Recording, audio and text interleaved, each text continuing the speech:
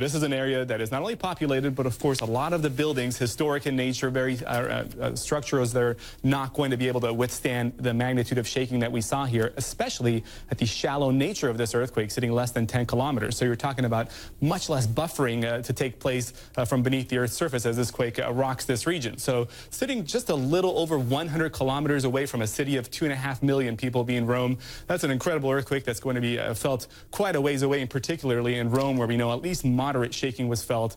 And since this quake struck at 3:30 in the morning, that's something else worth noting. When you're talking about people being asleep potentially during this time, we often say quakes do not kill people. It is structures that kill people, and at 3:36 in the morning, the vast majority of these people are going to be inside structures. So that's something that's certainly worth following over the next couple of hours as we learn more about what's occurring here. But here's the information, the latest information we have of this quake. And at that 6.2 magnitude, 10 kilometers is actually the standard depth USGS provides to all earthquakes when the information initially comes in. They can modify this, bring this down, even make it more of a shallower number. But of course, the quake has already occurred, so the damage already in place. So now we're going to watch and see how many aftershocks come from a quake like this. And historically, I can put the numbers there in perspective for you of how many aftershocks you see. But just take a look at what's occurred across this region, with 6.5 million people having felt strong shaking across this area. You work your way to the very strong categories, surrounding areas around the initial area of impact. There are 231,000 people